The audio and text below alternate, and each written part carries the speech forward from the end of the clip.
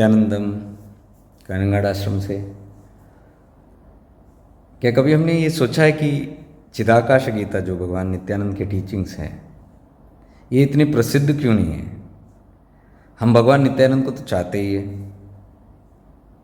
इतनी ध्यान साधना करते हैं, उन पे प्रार्थना करते हैं, भक्त भी है। तो हमने कभी ये अमल किया है कि हम इनके जो टीचिंग्स है, इनके जो वाक्य हैं, इस पर हमने क्यों आज तक इतना गौर नहीं किया? क्यों गहराई से हम इन टीचिंग्स को समझने की कोशिश नहीं की? कभी ऐसा विचार आता है मन में? क्यों जब हम इनको फॉलो करते हैं, क्यों जब हम इनसे रोज़ प्रार्थना करते हैं, क्यों जब हम इनसे इतने इंस्पायर्ड हैं, क्यों जब हम इनको अपने भगवान मानते हैं और इतनी भक्ति और श्रद्धा है इनके तरफ, तो क्यों ये चिदाकाश गीता की जो टीचिंग्स है इस पर हमारा ध्यान क्यों नहीं जाता? उत्तर तो मैं आप पर ही छोड़ देता हूँ, मुझे उत्तर नहीं देना है। मैं I am just trying to provoke an answer in you. आपको इन्वेस्टिगेट करना है इस चीज़ का। हम दुर्लभ दुर्लभ तो कहते हैं, दुर्लभ तो ये है कि टीचिंग्स दुर्लभ है, पता ही नहीं क्या है। भगवान को जानते हैं लेकिन नहीं जानते हैं, क्योंकि हमारी जानकारी जितना भगवान नित्यानंद के बारे में है, वो जानकारी इतना है कि उन्होंने ट्रेन रोका, उन्होंने बहुत सारे लोगों को हील किया, शक्तिपात दिया, कई सारे लोगों के दुख हर लिए, कई सारे लोगों को जो चाहिए था वो दे दिए, कृपा दे दिया, कृपा का भंडार है। हम जानते हैं, भगवान नित्यानंद को इतना जानते हैं। तो क्या वो केवल हमको घर, गाड़ी, बीवी, बच्चे, धन, शौहरत, नाम, ऐश्वर्य यही देने आए थे?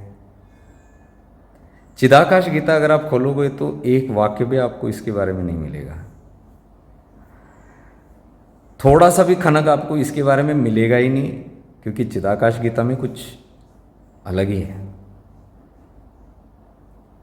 संसार के प्रति जो मोह है हमारा, जिसकी वजह से हम भगवान के पास या कहीं मंदिर में, कहीं गुरुओं के पास, कहीं संत महात्मा के पास जाते हैं अपने संसार को मेंटेन करने के लिए।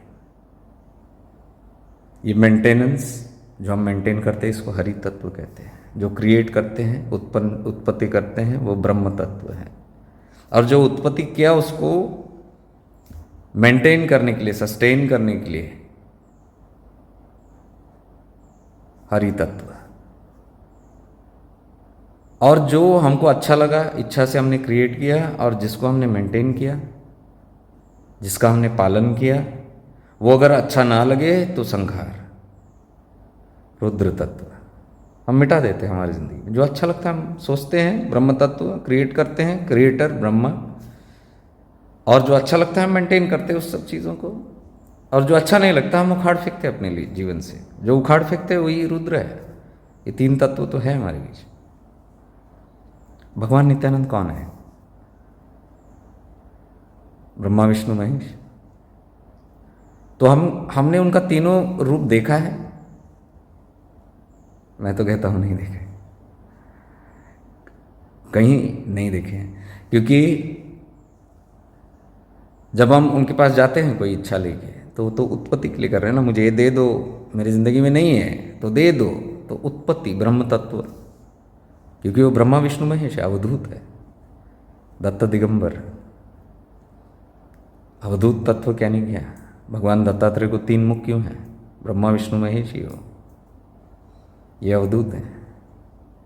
तो ब्रह्म तत्व की तो हम जाते ही हैं उनके पास, इसका कोई डाउट ही नहीं हमारी लाइफ में। क्योंकि आज तक भी हम जब भी गए, कहीं आश्रम में गए, कांजंगाड़ हो, गणेशपुरी हो, या कोई भी मंदिर हो, किसके लिए जाते हैं? भगवान मुझे ये दे दो, ये नहीं है मेरे पास। उसको ब्रह्म तत्व, क्योंकि वो देने के काबिल है, कृपा से दे सकते हैं। तो आज तक जो कांजंगाड़ में वो रहे, गणेशपुरी में रहे, जितने भी लोग उनके पास गए, आपको क्या लगता है? ब्रह्म तत्व के लिए गए या हरि के लिए गए या रुद्र के लिए गए?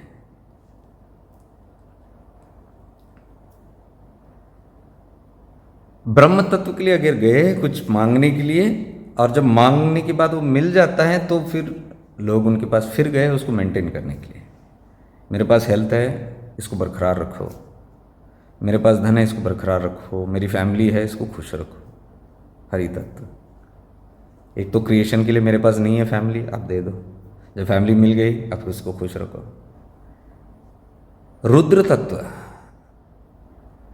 यानी कि जब समय आता है सब त्यागने का, वो तो आएगा ही पक्का, क्योंकि ब्रह्मा विष्णु और महेश तो आएगा ही आएगा।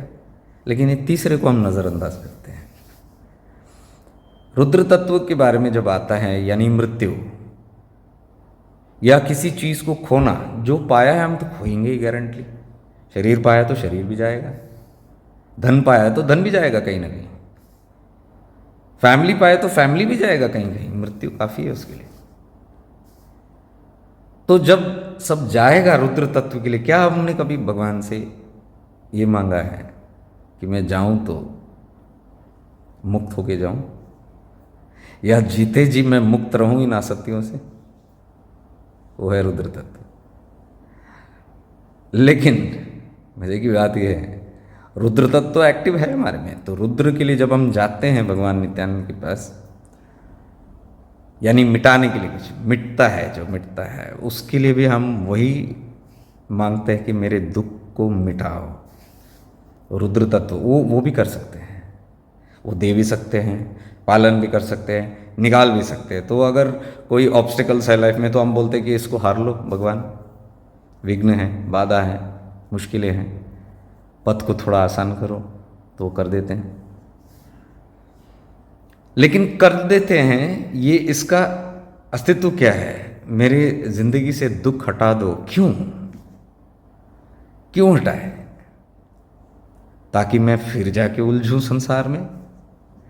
ये बाधा हो रही है, भगवान इसका संकट हर लो, इसका हटा दो, बहुत प्रॉब्लम हो रही है, ये दुख को मिटा दो, ताकि ये दुख जब मिट जाए तो मेरे अंदर से फिर ब्रह्म तत्व जागृत हो जाए, फिर हरि तत्व जागृत होता है, और फिर मैं पालन करने लगूं, फिर मैं क्रिएट करने लगूं, एक नया मुसीबत में प्रवेश करूं, एक और नया चीज संसार में मांग लूं जो मुझे संसार में रखे। ये समय आ गया इस पे अमल करने की, क्योंकि भगवान नित्यानंद केवल ब्रह्म और हरि तत्व नहीं है, और रुद्र तत्व सिर्फ हरने के लिए नहीं है। अगर हरे भी तो उद्देश्य क्या है? तो उद्देश्य चिदाकाश गीता क्लियर बताता है कि आप आए हो, किस लिए आए हो? संसार में फैलने नहीं आए। हम यहां इस शरीर को क्यों धारण किए? शरीर को इसलिए धारण किए क्योंकि वो ज्ञान ले, और वो ज्ञान के जरिए से हम जीते जी मुक्त हो जाए, ताकि दूसरा जन्म लेना ना पड़े, पुनर्भी जन्मम पुनर्भी मरणम ना हो। चिदाकाश गीता ये सिखाता है, इसलिए ये प्रसिद्ध नहीं है, क्योंकि हमको तोड़ना ही नहीं कोई चीज, हम जो करने आए उसको करना ही नहीं। हम ये इसी को माया कहते हैं। हम इस माया में रहते हैं कि हम यहाँ बस जीने आए, मौज करने आए। वो तो है ही, मौज तो करने आए ही, लेकिन मौज के बाद क्या वही अवस्था में फिर जाना है? अज्ञान की अवस्था में?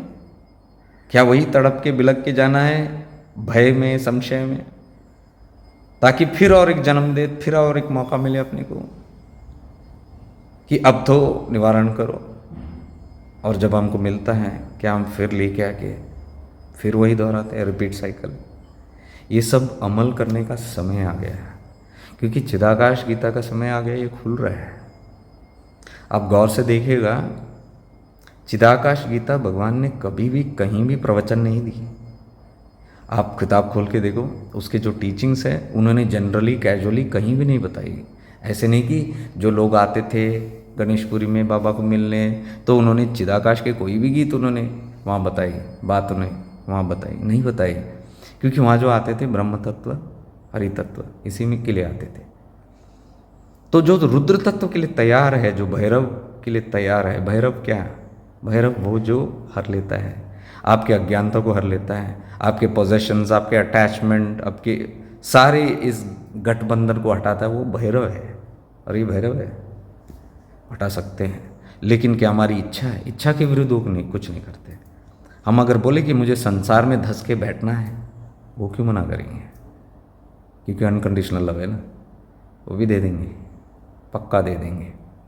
लेकिन अगर इच्छा है, अब बस हो गया, देख लिया संसार को, देख लिया सब चीज़ को, इसका कोई अंत ही नहीं है।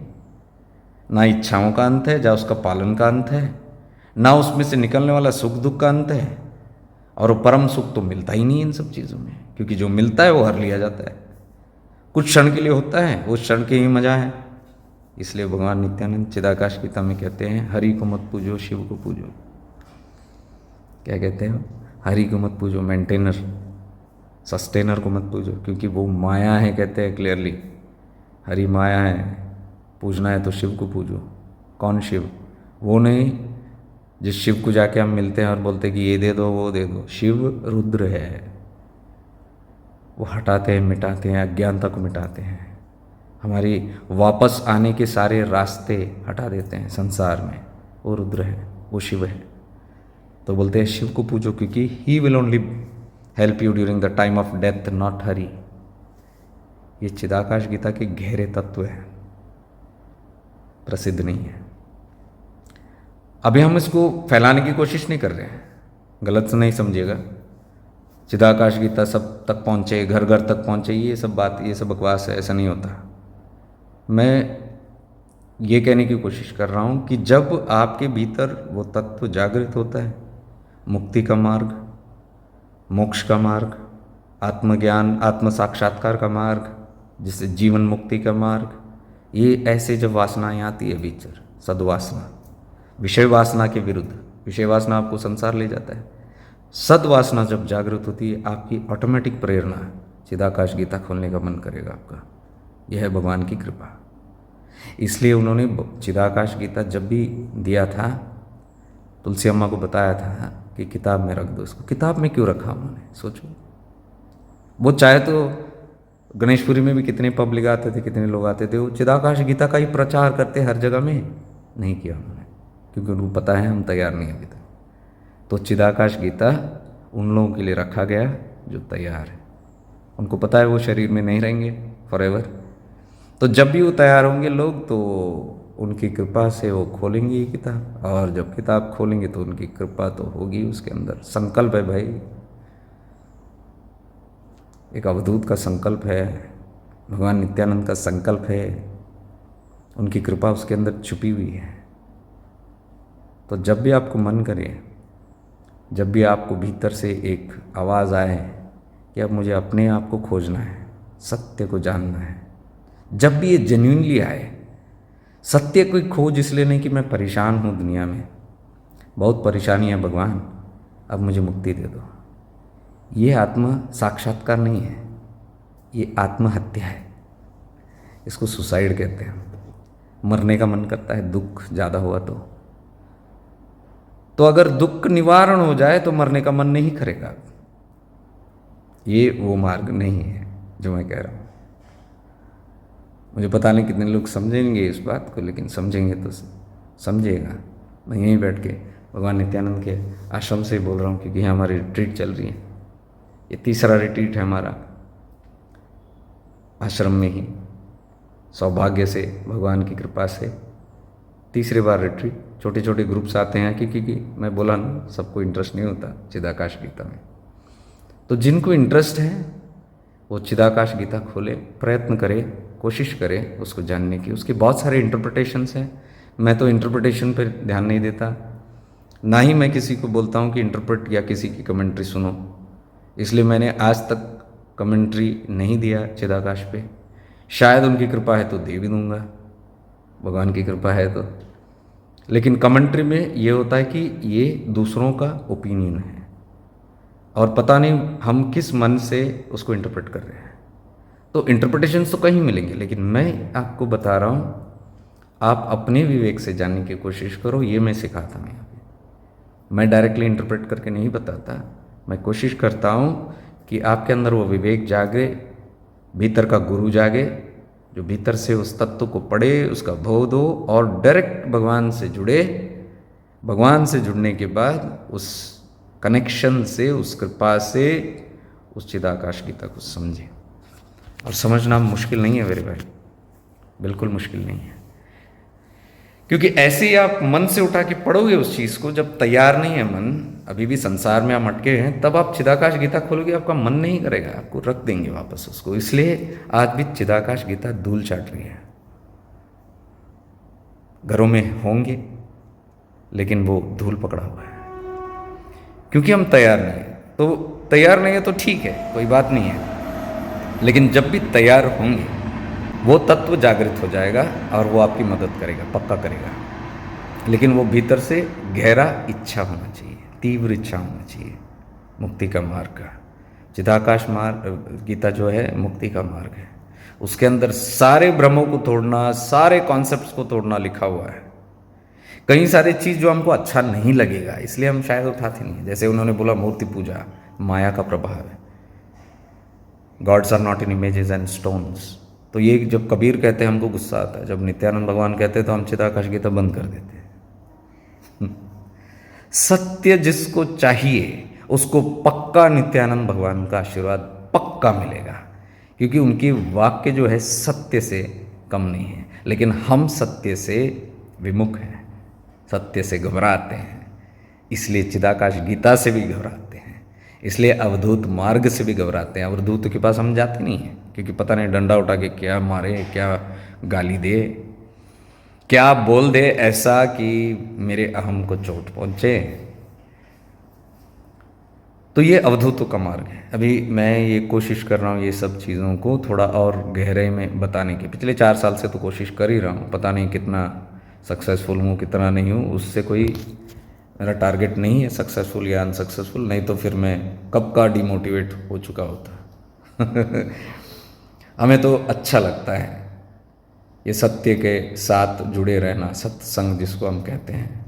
अवधूतों के मार्ग पे अवधूत गीता हम पढ़ाते हैं, सिखाते हैं, अमल करते हैं, उस पर कॉन्टम्पलेट करते हैं, रिफ्लेक्ट करते हैं। अष्टवक्र गीता पढ़ते हैं, उद्धव गीता पढ़ते हैं, मोक्ष गीता पढ़ते हैं। तो डिपेंड करता है आप किस स्टेट ऑफ एवोल्यूशन में हो। कृष्ण भगवान दोनों ज्ञान जानते हैं, संसार का भी और बियॉन्ड संसार का भी। तो भगवान नित्यानंद कहते हैं चिदाकाश गीता में, संसार से ऊपर उठो। कहीं पे भी आपको मेंटेनेंस वाली बात नहीं दिखेगी, डिज़ायर इच्छा पूर्ति की बात नहीं दिखेगी। चिदाकाश गीता में इच्छाओं को मारने की बात है, संसार को ख़त्म करने की बात है, अहम को ख़त्म करने की बात है, मोह को ख़त्म करने की बात है, और संसार के बारे में कितना दुख होता है वो सब बताया गया उसके अंदर। कैसे अटकन होता है संसार जो हम पकड़ के बैठे हैं, वो सब है चिदाकाश गीता में। तो ये थोड़े, मैं कहता हूँ थोड़े राइट सीकर्स के लिए, थोड़े एडवांस जो पहुँच चुके, मैच्योर जो होते हैं ना इंटेलेक्ट, ये उनके लिए। तो आपका जब भी मन करे आप चिदाकाश गीता उठा के सीख लेना। नहीं है तो आपको अगर ज़रूरत पड़े ही पड़े तो मेरे shiftingintoawareness.com/courses में भी चिदाकाश गीता हिंदी में भी है, इंग्लिश में भी है, समझने की कोशिश कीजिए उधर से। या तो फिर हमारे रिट्रीट्स के ज़रिए होता है, रिट्रीट्स में हम थोड़ा इस पे अमल करते हैं, लेकिन रिट्रीट्स हम डायरेक्टली नए लोगों को नहीं देते हैं, ओपन नहीं करते हैं, क्योंकि वहाँ वही होता है, फिर नए लोग आए तो उनको हजम नहीं होता, एकदम से घबरा जाते हैं, डर जाते हैं, फिर वो डिबेट करते हैं, आर्ग्यू करते हैं, जस्टिफाई करते हैं, ये सब। तो ये केवल उनके लिए खुला है जो थोड़े देर सेटल हुए हैं, ये तत्व को जाने कि हम कौन हैं और क्या है, और जो रेडी है इससे उठने के लिए। ऐसे जो साधक सीकर्स होते हैं सीरियस होके, वो थोड़े दिन प्रैक्टिस करते हैं, वो बाकी के चीज़ों को अच्छे से समझते हैं। जब रेडी है तब हम चिदाकाश गीता के तत्व को खोलते हैं। और अहोभाग्य हमारा कि भगवान ने यहीं बिठा के ये तीसरी बार रिट्रीट हम कर रहे हैं भगवान नित्यानंद के आश्रम से। और जो यहाँ के लोग ही बुला के मैंने कभी मेहनत नहीं की आने की, यहीं के लोग जो ट्रस्टीज वगैरह हैं उन्होंने कहा कि आप ये करो, अच्छा लगेगा, ये तत्व जो है इम्पॉर्टेंट है, जो नहीं होता कभी। तो मैं तो अपनी सौभाग्य समझता हूँ इसको कि यहाँ के हम क्या टीच कर सकते हैं, कुछ नहीं कर सकते। तो हम यहाँ बैठ के कृपा पे we are surrender to that कृपा, और फिर जो होना होता है, जैसे होना होता है भगवान की इच्छा, उस हिसाब से। तो मैं ये इस वीडियो को बनाने का ये मकसद था कि ये बताने के लिए भगवान नित्यानंदा जितना आप जानते हो उतने नहीं है, उससे भी ज़्यादा गहरे। भगवान नित्यानंद जब अपनी शरीर छोड़ रहे थे तो कहना है कि यही कहा उन्होंने कि मैं जो देना चाहता हूँ वो लेने वाले कोई नहीं आए, सभी आए संसार के लिए है, बार बार आए। तो ऑब्वियस है कि भगवान नित्यानंद ने किसी को ना नहीं कही, संसार दिया, क्योंकि उनका यही मान्यता था कि भूखे को प्रवचन नहीं दे सकते, भूखे को पहले खाना देना चाहिए। तो हम भूखे हैं संसार के लिए, पहले संसार देते हैं। लेकिन संसार क्यों दे रहे? ताकि हम भोजन भरपेट खा ले और जब तृप्त हो जाए तब तो हम ऊपर की चीज़ों पे ध्यान दें। लेकिन हमारा ऊपर की चीज़ों पे ध्यान जाता ही नहीं है, क्योंकि जब भूख मिटती है तो नींद आता है, तो हम सो जाते हैं, फिर उठते हैं, फिर भूख लगती है, फिर खाना खाते हैं, फिर सो जाते हैं। तो रजस और तमस में फंसे रहते हैं, सत्व तक जा नहीं पाते, तो गहरे तत्व को समझ नहीं पाते। और ये जो चिदाकाश गीता है ये हमारी ज़िंदगी में आती तो है, भगवान की भाव भक्ति हम करते तो हैं, चिदाकाश गीता लेते भी हैं, लेकिन इसको तिजोरी में रख के बंद करके मरने का वक्त मर के चले जाते हैं, फिर अगला जन्म लेके आते हैं, फिर कहीं ना कहीं वो चिदाकाश गीता फिर रिमाइंडर बन के आता है, बार बार वही आता है, और हम भूल जाते हैं कि हम बार बार क्यों आ रहे हैं। तो आपको अगर ये तत्व गहराई से जानना है तो अवधूत गीता पढ़िएगा, आपको समझ आएगा कि अवधूत कौन है, भगवान नित्यानंद कौन है। और अष्टवक्र गीता को पढ़िएगा, समझ में आएगा कि करने से कुछ नहीं होता। एक समय के बाद करते करते जब थक जाते हैं तब समर्पण भाव आता है, तब असली भक्ति पराभक्ति में प्रवेश होता है। पराभक्ति ही उत्तम है, भगवान इसको अपरा और पराभक्ति कहते हैं। चिदाकाश गीता में वो कहते हैं कि सबसे पहले तो सबका भक्ति स्वार्थ होता है, सेल्फिश इज एवरीबडीज। भक्ति धीरे धीरे वो पराभक्ति में जाता है, लेकिन हमारी पराभक्ति तक जा रही है, इसको ध्यान रखना है। अपरा क्या होता है, स्वार्थ भक्ति क्या होता है? वो भक्ति जिसके लिए जो मैं करूं क्योंकि मुझे कुछ चाहिए, ये मुझे मिलेगा इसलिए मेरी भक्ति है, इसलिए मेरा प्रेम है, इसलिए मैं आरती गाता हूँ, इसलिए मैं भजन गाता हूँ, इसलिए मैं गुरु के गुण गाता हूँ, क्योंकि गाते गाते मुझे कुछ मिलेगा। तो इसको स्वार्थ भक्ति कहते हैं चिदाकाश गीता में भगवान।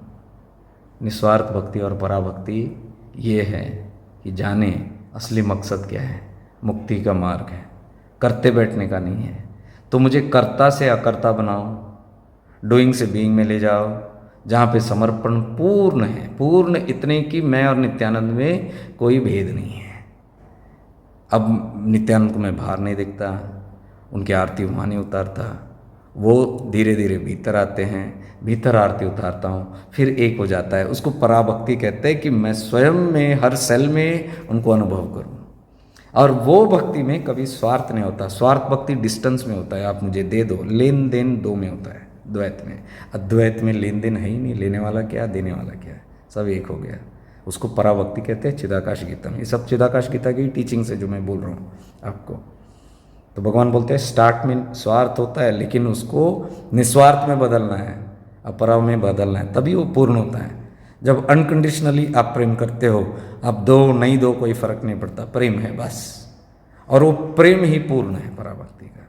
तो ऐसे कई सारे चीज़ें हैं जो अभी भी गहराई से बहुत सूक्ष्म तरीके से हम जा सकते हैं भगवान नित्यानंद को और गहराई से समझने के लिए। तो इसके लिए मैं कह रहा हूँ थोड़ा अमल कीजिएगा। अगर आपका मन करे चिदाकाश गीता पे, अवधूत गीता पे, अष्टवक्र गीता पे, ऐसे डॉक्यूमेंट्स पे जहाँ पे कर्ता बंद हो जाता है, मैं का भाव मिटने का समय आता है।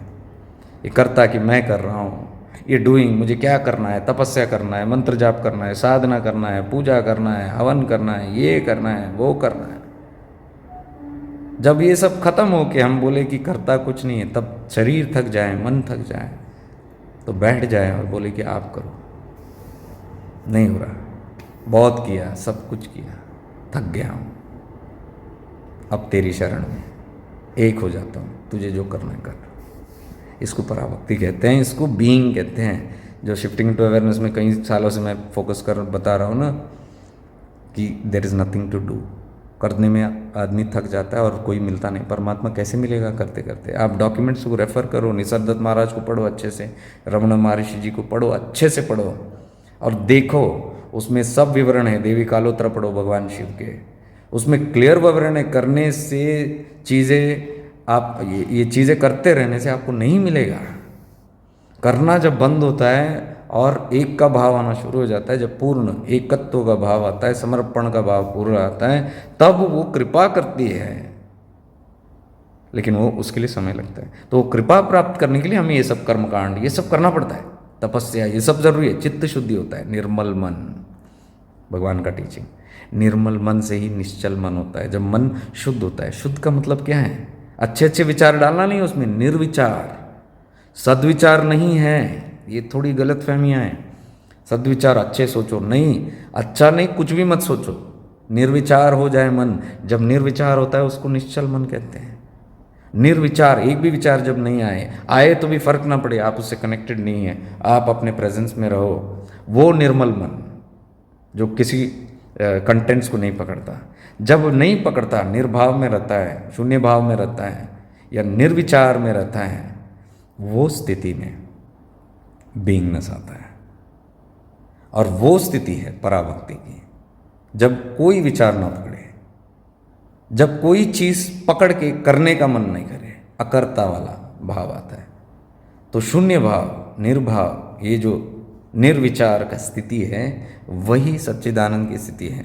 हम सोचते हैं कि सच्चिदानंद यानी कि अच्छे अच्छे सोचो, भगवान के बारे में सोचो। नहीं, सोच ही गड़बड़ है। सोच तो विचार है, विकल्प है, वृत्तियां हैं, हमारी निवृत्ति का मार्ग है, निर्विकल्प का मार्ग है, निशब्द का मार्ग है, शब्दों का नहीं।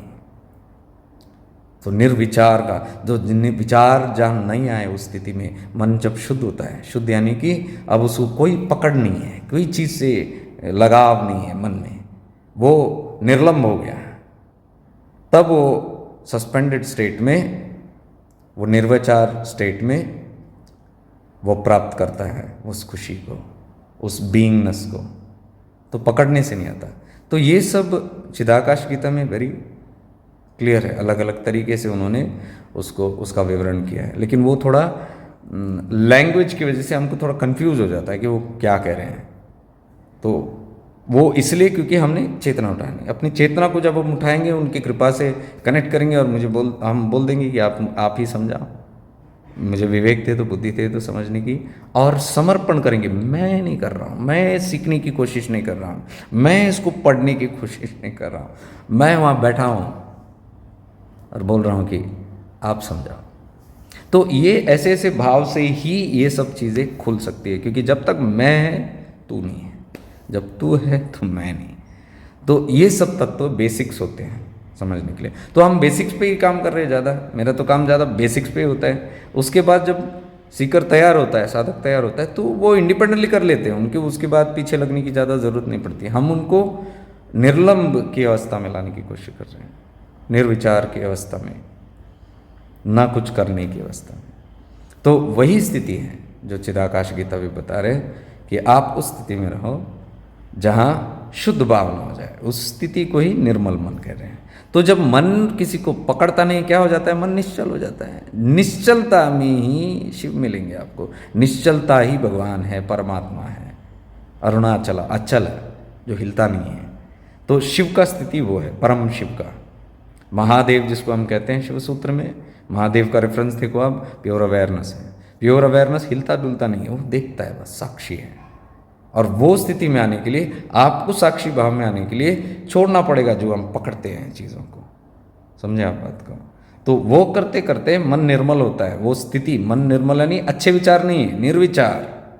ये गलत फहमी बहुत ज़्यादा है, इसलिए हम अच्छे विचार भरने की नहीं, जब आप भर रहे हो तो विचार भर रहे हो, विचार निकलना है मन से। तो जब निर्विचार की स्थिति में रहेंगे तो कहाँ डूइंग आएगा, कहाँ करता आएगा, बीइंग में हो रहा है। वो ही निश्चलता है। वो निश्चल मन जब आप स्टेबलाइज करेंगे तो विशाल मन होता है। विशाल मन is omnipresent, self realisation.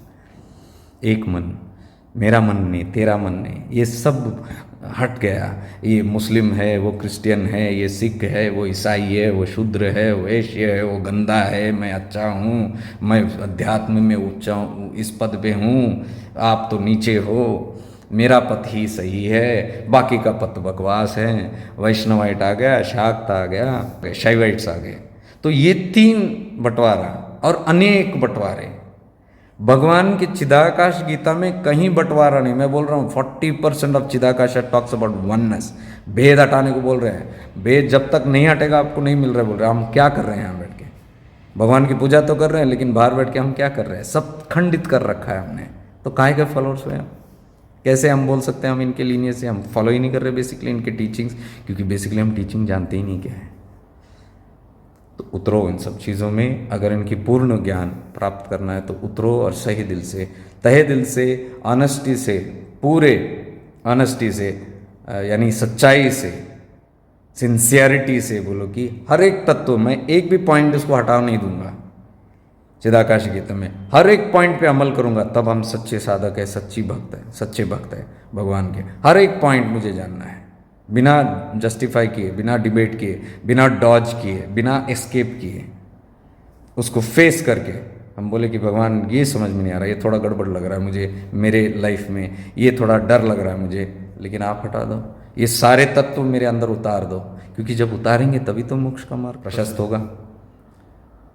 तो तत्व ऐसे हैं। नित्यानंद तत्व इस अवधूत तत्व। नित्यानंद को समझना है तो अवधूत गीता पढ़ो, चिदाकाश गीता पढ़ो।